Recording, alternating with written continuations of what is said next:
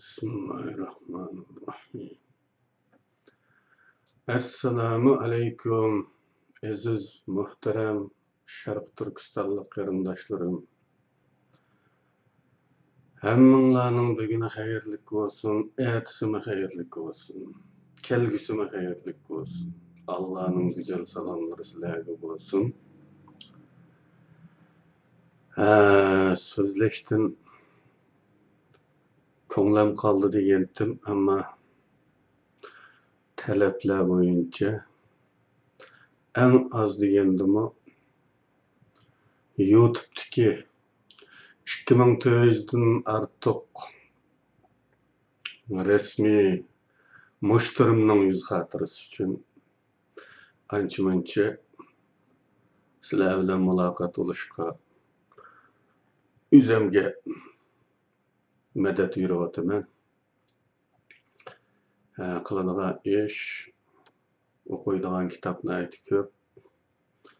Shunga haqiqatan demi qarallik qarshinglarga chiqolmay qolishim mumkin. Kechirasizlar.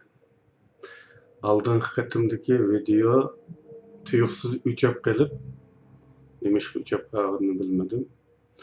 Eng oxirida bir xabar vardı, sizlarga yetkazadigan bir xabar.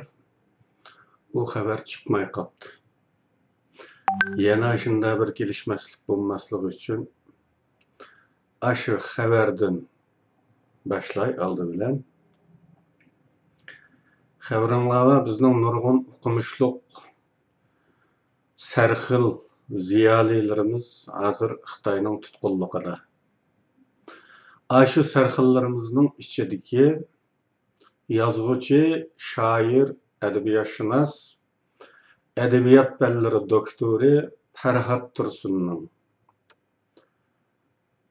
4 janrdagi asarlarini 3 tom qilib nashrga tayyorlab qo'ydim.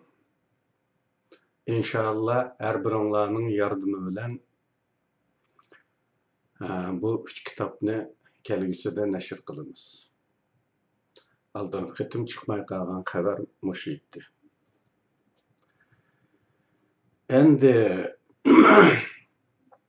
oldingi qatimlik videomizga qarata do'stlarimdanmi va o'rtaq dushmanlarimizdanmi inkaslar keldi. Aldı bilen şu inkaslarga javob beraylik.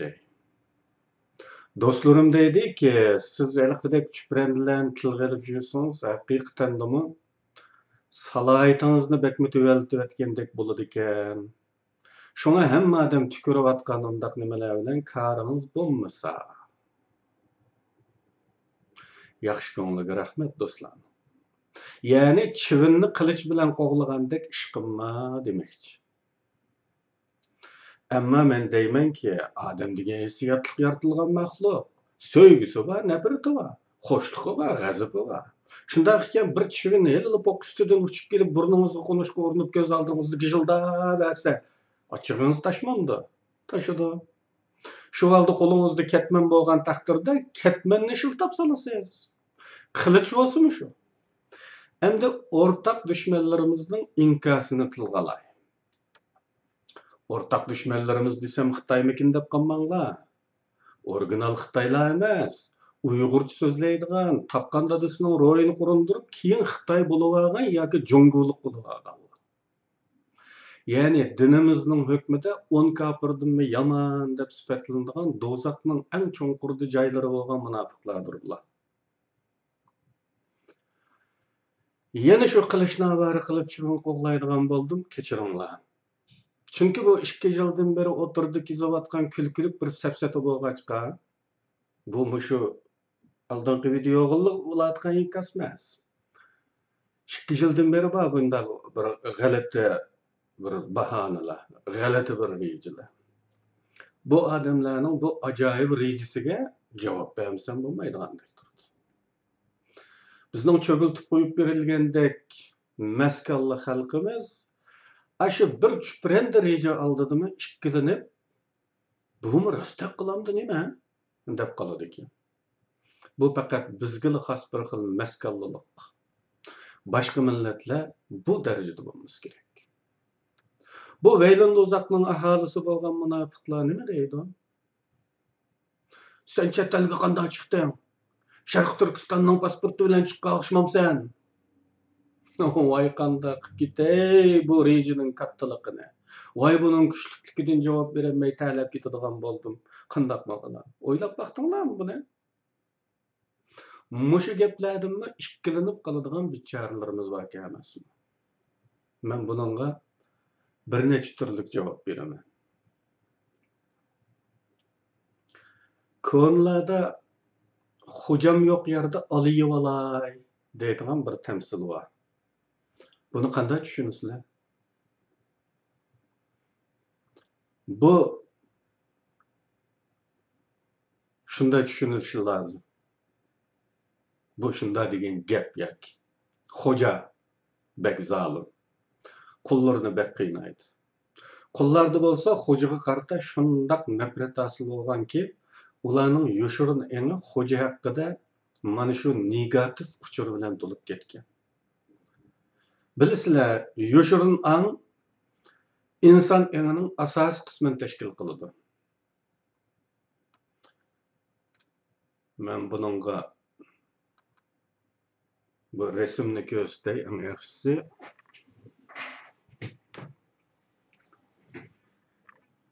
Mana bu psixologlar har doim misol oladigan bir resim. Buningda qora rangdagi to'g'ay yeri yoshirin ang.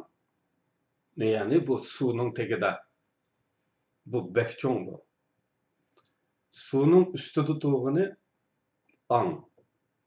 Bu biz tug'ilib asta-asta til o'rganib va oqqarini payqitib, anamiz va dadamizni tunib degandek boshlanib, ta aql to'lgancha davomlashadigan, keyin shakllanadigan ang bu. Ang. Bu ang yuksaklashib, taraqqiy qilib yuqori bosqichga chiqqan vaqtida ömlük ang şekillandi. Super ego. Bizning hozirgi zamonda yetilgan psixologlarimiz buni ID'ni, kimlik, angni, özlük, super egoni yoki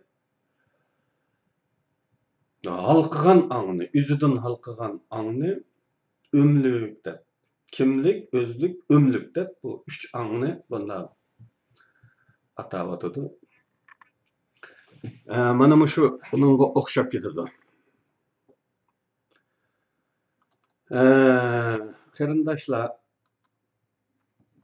ya'ni inson enining asosiy qismini tashkil qiladi. Şuna yoshirin ang yoki asli ang her daim angga ta'sir ko'rsatib turadi.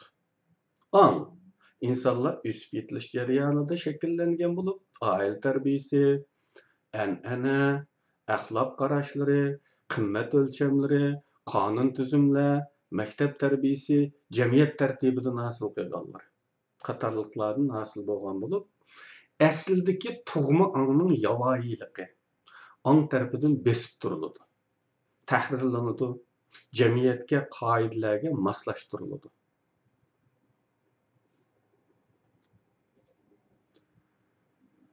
Endi haliqi qulga kelsak, uning eni xo'jasiga bo'lgan nafratini tahrirlaydi, cheklaydi, ogohlantiradi. Xapshuk. İçindeki nefretini bildirip qo'ysang, bu zalim seni o'ltirib tishdan yanmaydi. Mana shunday qilib, u asli angning turtishlarini cheklab, ya'ni eg'iz tilimizdagi bo'yicha g'azabini ichiga yutib, shuk yurishga majbur bo'ladi.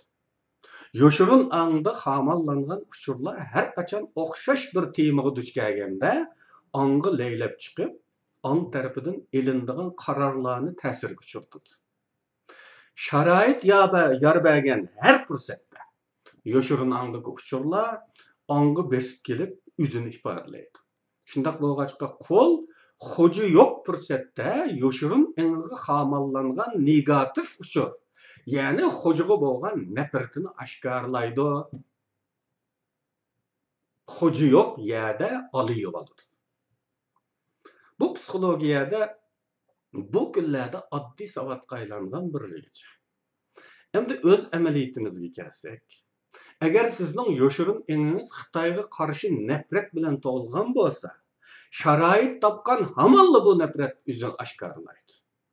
Sizning yoshirin eningiz Xitoyga qarta muhabbat bilan to'lgan bo'lsa, angliqligingizda vatanparvar millatchidek bo'lib olgan bo'lsangiz, qanday bo'ldi? Her zaman, her fırsatda yoşurun eninizde hamillangan mana şu Xitoy muhabbeti qarorlaringizda, tanlashlarыңizda aks etadi. Endi mening shundaqla hammamizning qanday pasport bilan chiqqanligimiz masalasiga kelsak, u faqatli bir vosita bo'lib, chet elga chiqib olishdek maqsad uchun xizmat qiladi. U bizning insoniy kimligimizni, siyosiy tanlashimizni belgilayolmaydi. Yoshuruningimizda yoki qalb teranliklarimizda biz o'zimizni hech qachon junguluq deb e'tirof qilib boqmag'achqa, fursat kelgan hamonla u la'natgarda pasportni tashlab o'z kimligimizni namoyon qilamiz. Chunki qalbimizning teranliklarida homilangan uchurlar buningga uyg'un. Sen ey uyg'ur bo'lib tug'ilib, Xitoy bo'lib ketgan junguluq ablahlar, senlarning uchun Xitoyga bo'lgan muhabbat, qiymaslik bilan to'lib ketgachga sen ash kimligingni har yerda yoshira olmay qolasan. Yoshirun eningga to'lgan bu narsalar ongga ta'sir qilib, o'zini oshkorlaydi har zaman. Buni yoshirun ongning iqrori desak bo'ladi. Agar bir zo'migar seni majburiy holda balam deb turib olgan bo'lsa, tanay desang o'ltiraman deb qo'rqitsa, uni dadam deyishing mumkin. Qo'rqinishdan, hayot qilish ehtiyojidan. Agar qalbingdan e'tirof qilmagan bo'lsang, har fursatda u mening dadam emas, mening dadam Dönenbay deb jakalaysan. Bu kimdir bu Dönenbay deb qolmanglar, bu Chingiz Aytmatovning Asrdan uzoq bir kun degan romanidagi haliqi manqurt ulab ketgan bosh qahramonning onasi, bu onasini dadasini tunimaydigan bo'lib qilib, onasiga o'qiya tanglayotgan balaga dadasini asıltib deydigan so'z. Sening dadang Dönenbay deb. Men buni Asi bendiler degan postning eng oxirgi bölükide epigraf bo'lib olgan. Bu Dönenbay shu. Demek qalbingda uni e'tirof qilmaydigan ruh, niyat bo'lsa, her fursatda mening dadam Dönenbay deb jakalay olaysan. İmkaniyetin batırıpmı yanılı aşı zomigarını dadam dersen, seni tuqqan apanga hakaret emasmi? Menimcha bu cevap yeterli oldu mu deyman. Menimcha yeterli oldu. Eğer yani qayil olmagan bolsang, demek aramdan bolganliging, haliqi zomigardan bolganliging rastken desek bo'laverdi. Endi bir qistirma qilib qo'yay. Qarindoshlar bularga tilga elib o'ltirishga arzimaydi deb gap qilmasak bo'lmaydi. Gap qilsak bo'ladiganligininki bir nishonasi shuki, bugun bu vatansatqushlar xalqning ko'zini bo'yash uchun bo'lsa-mu, Sharq Turkiston deydigan bo'ldi. Chet elliklar bilan qiladigan muomalasida yanılayliq la'natgarda ismni qo'llanayotganligi aniq. Lekin xalqni aldash uchun bizmi Sharq Turkistonlik deymiz deb devilib boradi. Ashaliqi asliyalar chelpak sotadigan jutungan ba'zida tovlab satsa, ba'zida tovlamay satat dedi aytdi-ku. Shu setishninki shakli o'zgargan degan.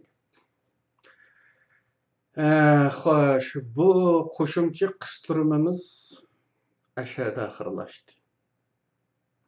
Asli temaga kelsak, davlat sifatida Xitoy degan nima?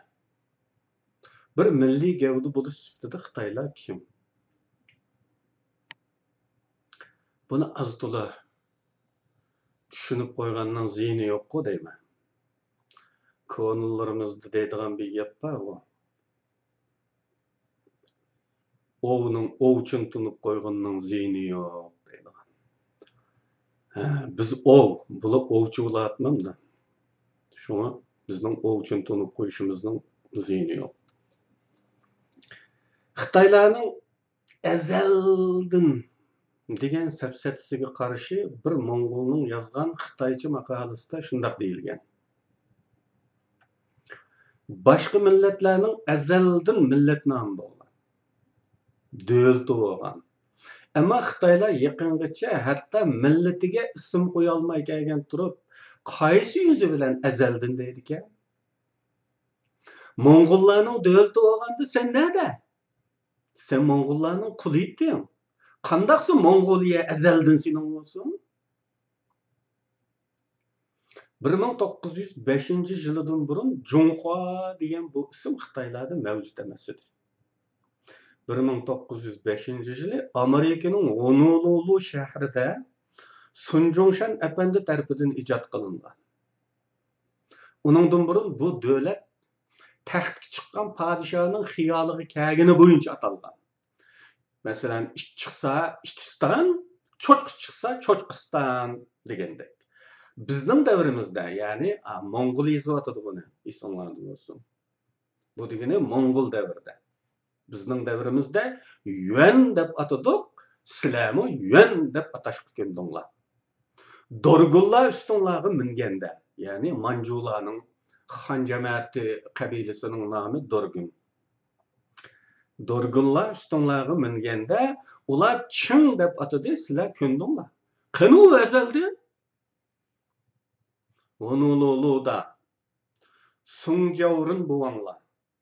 Yani Sungjaorin degan Sungchungning dadasi, Sun Yat-senning qaynatısı. Sungjaorin buvanglar Sun Yat-senga maslahat berib, Huashalardan kelgan bo'lsin. Jung markaz, Jung hukmronlik, Jung bo'ysundirish ma'nolarida bo'lsin.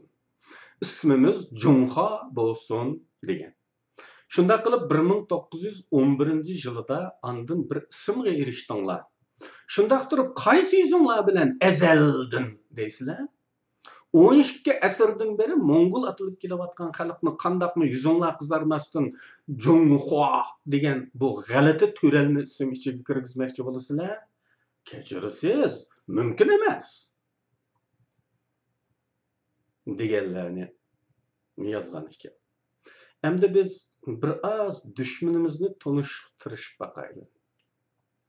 Xitoylarning ideologiyalik kollektiv eni qadimda Konfuzi felsefesi ve Dao dinining prinsiplariga ko'ra shakllangan bo'lib, bu ta'sir taki kommunistlar davriga kelganda andin kommunistik ideologiya bilan almashtirildi.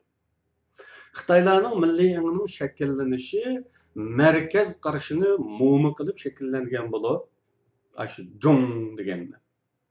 Bu asosan qadimgi poytaxt Chang'annicho'r degan o'tir tuzlanlikni dunyoning markazi va bu markazda yashaydigan insonlar bo'lsa, markazning haqdorlari bo'lish ustida eng mukammal insonlar deb shakllangan. Markazning qarashida chet yaqa hukmi bo'lib, chet yaqa markazning sirtini bildiratdi. Chet yaqa ba'zi tarixlarda markazni boqadigan biqindilar shaklida ko'rilsa, ba'zi tarixlarda mudofaalanmasi bo'lmaydigan dushman sifatida ko'riladi. Markazda yashaydigan Xitoylarning aksicha ular yavoiylar edi. ya'ni markazda yashaydigan Xitoylar mukammal inson, chet yoqidagilar kamtuk, yovvoyi sifatida ko'riladi. Hatto Xitoy oilalari Xitoy bo'lmagan millatlarni jin alvastilar sifatida sifatlab, bolalarni qo'rqitadigan vosita qiyg'achqa. Ong shakllanish bosqichidagi Xitoy bolalarining yoshirinini atrofdagi boshqa millatlar haqida negativ uchur bilan to'lib yetiladi. Bu deganlik, yovvoyilar dushman bo'lib, ba'zida ulardan foydalanishga to'g'ri kelsimi, fursat yoribasilar ularni yo'qotish fikri her Xitoyning yoshirin enini shakllantirgan asosiy tushuncha edi.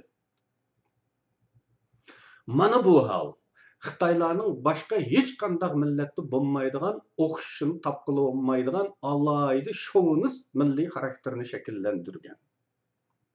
Xitoy shovinizmi haqida bir Tayvanlik Xitoyning yozgan bir maqolasini qarindishimiz Erkin Sidiq o'zlashtirib tarjima qilib jamoatga sunganida o'qiganlar asliyalaydi.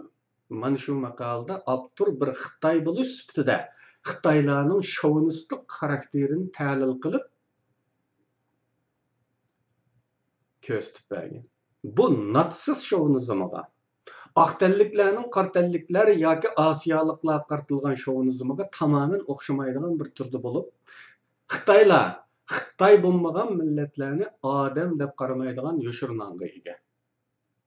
Lekin bu darajada chekdan oshgan qarashni oshkora tilga elish mumkin bo'lmag'achqa, ong orqali uni besib, biz yuqorida dedik-ku, yoshirin ong degan hech qanday pardozlanmagan bo'ladi. Nayt yovvoyi bo'ladi bu. Nim bo'lsa shu, ya'ni. Ammo ong uni jamiyatga moslashtirishga tirishadi, besib turadi, kontrol qilib ta'riflaydi. Ong orqali uni besib, turli chiroyli so'z iboralar bilan aldamchilik qilsimi, ammo ularning ongsizligini shakllantirgan asosli kollektiv ibtidoiy ong to'limi insoniyatsiz o'g'achqa. Her fursatda Xitoylarning qarorlariga mana shu shovinistlik yoshirin engi ta'sir ko'rsatib turadi. Ko'p qatim deb o'tganimdek, Xitoylarning bosqinchilik tabiati boshqa har qanday istilochi bilan o'xshamaydi. Bu haqda Sharq Turkiston ozodlik yo'lida izlanish majmuasining 2-kitobida bir maqola bor. Xitoyning istilochilik tabiati bilan oqlarning istilochilik tabiati selishtirilgan.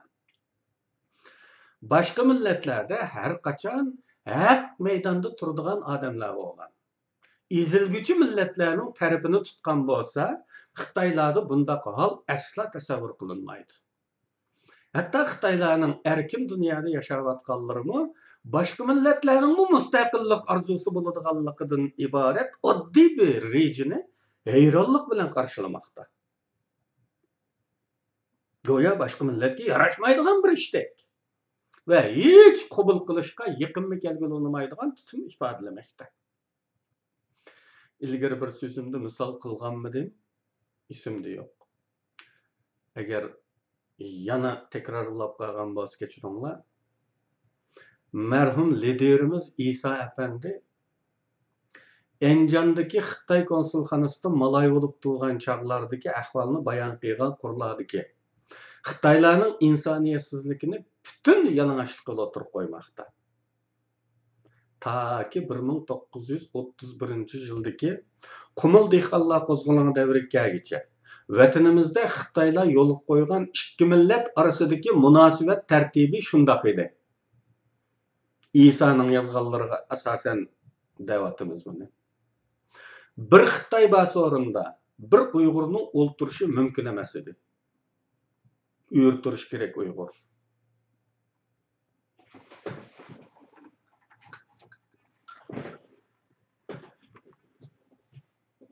Bu tertip Xitoyning darajasi yoki Uyg'urning darajasi mustasno holda shundoq edi. Nim degan gap? Ya'ni Xitoy odatdagi Soltek Xitoy, Jazonig'or Xitoy, Uyg'ur, Shangyu Uyg'ur yoki Qozi Rais bo'lgan taqdirdami? Yanada Xitoyning oldida qo'l qo'shtirib uyurtirish kerak edi. Bozorlarda, ya'ni shahar ko'chalarida Xitay uchrab qalsa, Uyg'urlar taki Xitaylar o'tib ketguncha ta'zimda turish shart edi. Xitayning dukkini oldidan u zamonda bishti yerim bir nayi bozorda birər tal Xitay jazonxo'r Xitayning dukkini olatdi. Xitayning dukkini oldidan o'tgan yo'lovchilar dukkan tarafga qarab ta'zim beja keltirib o'tishi shart edi. Ulaqlıqlar dükkanның berisidirakda ulaqlarından tushib piyoda ham ta'zim bilan dükkanның nerisiga o'tib ondan ulaqlarga minish kerak edi. Bu odat Anjondagi konsulxona Xitoylar tarafidan o'xshashli ijro qilingachqa Isoga har zaman qo'l qo'shtirib uyurtirishga to'g'ri keladi. Diplomatik bardi-keldilarda ba'zan Sovet tarafdan yerlik amaldorlar Rus va o'zbeklar aralash konsulxonaga mehmonga keladi va ba'zida konsulxonadagilar yerlik doiralarga mehmonga boradi. Mushundaq chet elliklar bilan birga bo'lgan so'rinlardimi Iso yanala uyri turdiganligini yozadi. Bu insoniyatsiz qilmishni hech o'ylab ko'rmagan Ruslar Isoning o'ltirmishini bir xil adabsizlikdek ko'rib, uningdan og'ringandek. Uningga o'ltirishni aytsimi, Iso Xitoydan qo'rqib yanala o'ltira olmaydiganligini. Faqat Ruslar konsulga bu odamimiz nimashga o'ltirmaydi?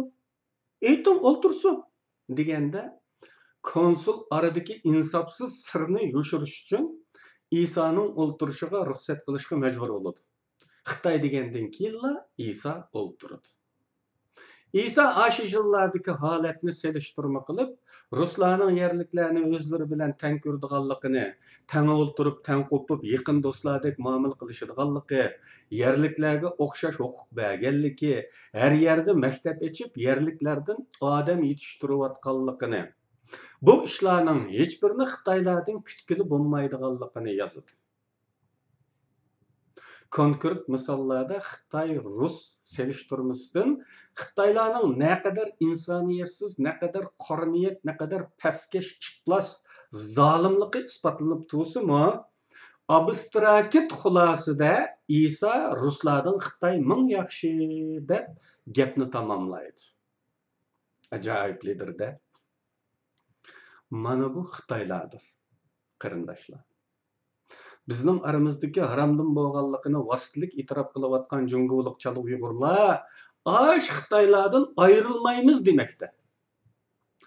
Ashlarga qiyolmay biljirlamoqda.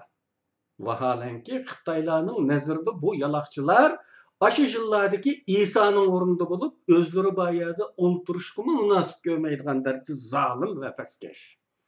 Shu holdami ulardan ayrilmaydiq deganlarning pastligini ifodalashga mavjud so'zligimiz yetishmaydi albatta. Azaldan davlat enida markaz, yoqa hukumi asos o'rin turib kelgan Xitoylar yoqadagilarni hamon dushman bilganliklari uchun yoqadagilarning tuproqlarini o'z tuprog'i hisoblamaydi. Va u yerlar markazni qamdash vazifasi bo'lgan yerlar edi. Şoň Xitoylar yoqi joylarni ishg'ol qilgan zamonlardami u yerlarda qurilish qilmaydi. Faqat markaz deyilgan o'z yurtlariga to'shiydi. Bu hol toki oldingi eraning oxiriga qadar o'xshash davom qildi. Yeni eradan boshlab 2000-yildan boshlab yoki Xitoylarning markaz yoqi tushanchisida zo'r o'zgarish bo'ldi. Xitoylar endi bugun o'z tuprog'i hisoblaydigan chegara ichidagi barliq joylarni markaz deb bilishga, chegara sirtidagi joylarni yoqa deb izohlashga boshladi.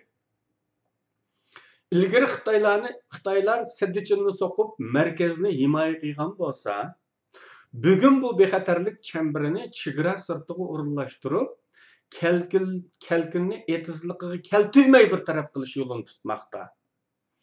Bu jihatda biz ilgirki bayonlarimizda deb o'tgan chegara sirtidagi mudofaa halqasini eslasanglar bo'ladi. Ya'ni Xitoyning Yevrosiyo strategiyasi mavzusidagi temalarning hammasida bor bo'ladi.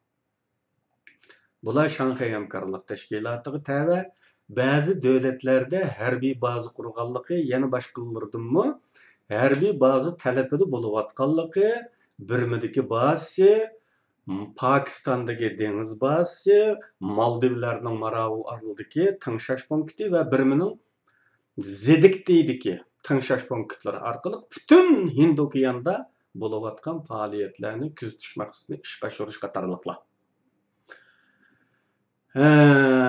Qarindoshlar, buni resim bilan ko'rsatay. Eng yaxshisi resim bilan ko'rgani unamayotdi o'g'li.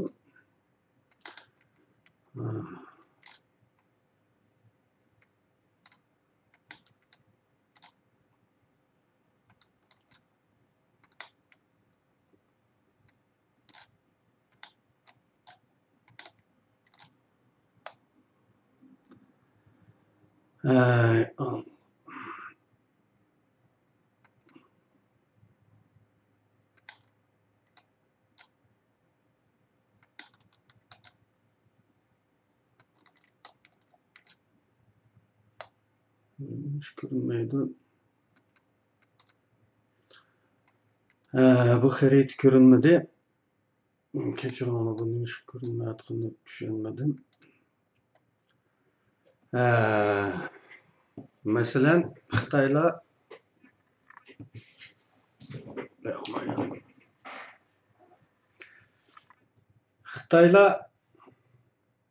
deniz taşımacılığını bexatarlikka erishtirish uchun Adaman dengizi bilan Tayland qo'ltig'ini bog'laydigan, bir-biriga bog'laydigan bir kanal projesini o'tirib qo'ygan. Ammo buningga pul chiqarishga yondashmaganligi uchun Tayland buning iqtisodiy yukini ko'tarolmaydiganligini aytib, buni rad qildi. Endi bu rad qilingandan keyin Tayland bir neft turbisini Adaman dengizidan Tayland qo'ltiq tarafga bir neft turbisi projesini o'tirib qo'ydi. Xitoy uningga ma'lum iqtisodiy yordam beradiganligini dedi. Uningdan boshqa xaritada ko'rsatilgan Adaman dengizi va Tayland qo'ltig'ini bog'laydigan kanalning uchida Birmiga tava Zedikdi degan bir orol bor. Bu orolda Xitoylar bir tingshash punkti qurayotgan. Bu tingshash punkti butkul Hind okeanidagi faoliyatlarni kuzatishga qaratilgan. Ya'ni Amerikaning Hind okean flotining haddi harakatlarini kuzatish asosiy maqsad qilingan. Bu Amerikani intayin rahatsız qilmoqda. Endi yana bir Xitoyning yana bir plani Amerika Malakka bo'g'izini 7-flot bilan qo'g'digandan keyin Amerika Makassar bo'g'zi orqali tushishni o'ylashmoqda. Ammo Makassar bo'g'zi Indoneziya dengiz tavaliklaridan o'tadigan bo'lg'achqa buning bexatarligimi o kadar ishonchli emas. Chunki tarixdan beri Indoneziya bilan Xitoylar orasida asosan kelishgan bir davr bo'lgan bo'lsin, bir qisqa bo'ldi, ko'pincha dushmanlik bilan to'lgan bir jarayoni bor. Bugunmi Xitoylar Sharqiy Janubiy Osiyoni kontrol qilish qora niyatida Indoneziyani eng cho'ng raqib deb ko'rmoqda.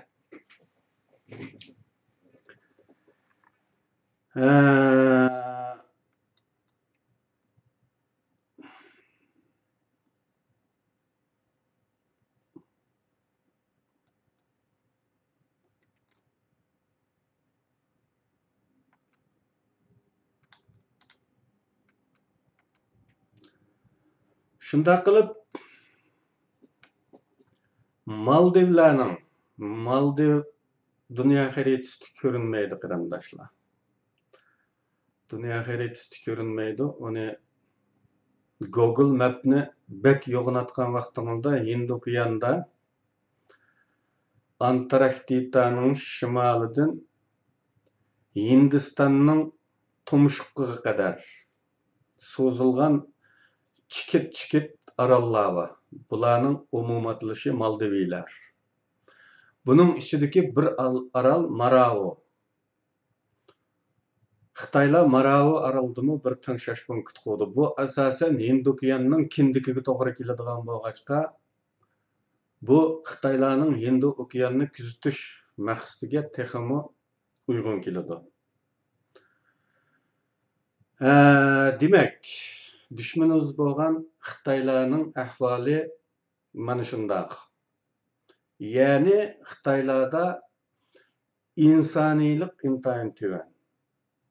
Ko'p qatim misol qildim, Xitaylarning bek insofliklari e'tirof qiladi, Xitaylarda vijdon va adolat tuyg'usi yo'q. Mana bir millat. Bu düşmanni tonimak lazım.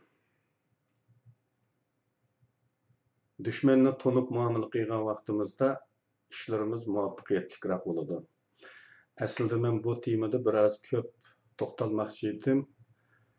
Texmi zaruriyatlar ko'p bo'lg'achqa, mishada qisqartaman bu gapni. Endi yana oldingi qatimliq Turkiya mavzusidagi gapimda deyishga tegishlik deyilmay qolgan bir qo'shimchani saminlarga solib qo'yaman. Xitoylarda bir tamsil var. Xitoycha biladiganlaringlar obdan bilasiz uni. Shangshui bukey, keyshui bushang deydi. Bu qaynamagan su gajıldaydı. Gajıldamaydı, qaynagan su gajıldamaydı. Gajıldagan su qaynagan bo'lmaydi degan. Yani bir ishning davrini bek cho'ng bo'lsa, o ishning rastlik darajasi shuncha tuyon bo'ladi. Bu o'zaro ta'tir tanasib. Her zaman Türkiye'de Şarkı Türkistan davası nayt çoğun bir debdebe ve davran estirdi. Bana muşunun üzüdülla Türkiye'de Şarkı Türkistan davasının kullanmaydıqanlıqını, fakat kuruk davran arkalık paydalış gözlenivatqanlıqını düşüngünü buludu. Ne için bunda deyimiz? Adette muhalif güçlerini